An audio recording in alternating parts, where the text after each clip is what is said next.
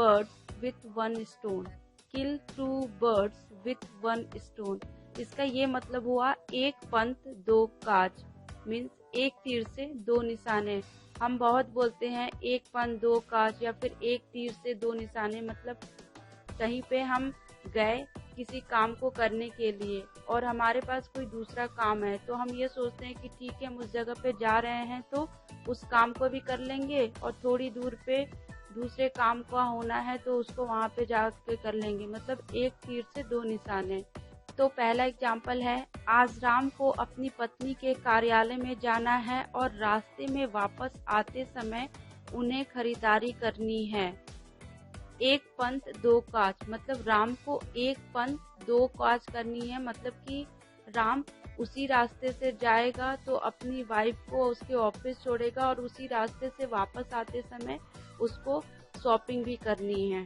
तो इसको हम इंग्लिश में ऐसे बोलेंगे, today Ram has to go to his wife office and on his way back he has to do shopping. Killing 2 birds with one stone.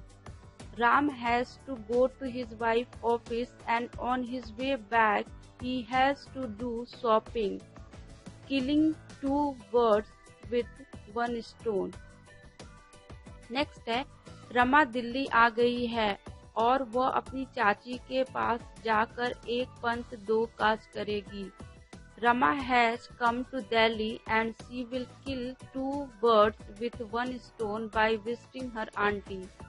Rama has come to Delhi and she will kill 2 birds with one stone by visiting her auntie. Next है, ज्यादातर लोग अपनी चाय की चुस्की लेते हुए अखबार पढ़ते हैं। एक पंथ दो काज। Most of the people read the newspaper while sipping their tea, killing 2 birds with one stone. Most of the people read the newspaper while sipping their tea, killing 2 birds with one stone. Next है, मैं अपने office जाते समय अपनी पत्नी को उसके office छोड़ता हूँ। एक तीर से दो निशाना। I drop my wife to her office while going to my office, killing 2 birds with one stone. Drop my wife to her office while going to my office, killing 2 birds with one stone. Next है, मुझे ऋण और जमा धन के बारे में पूछताछ करनी है तो मैं इन दोनों को करके मैं एक तीर से दो निशाना मारूंगा।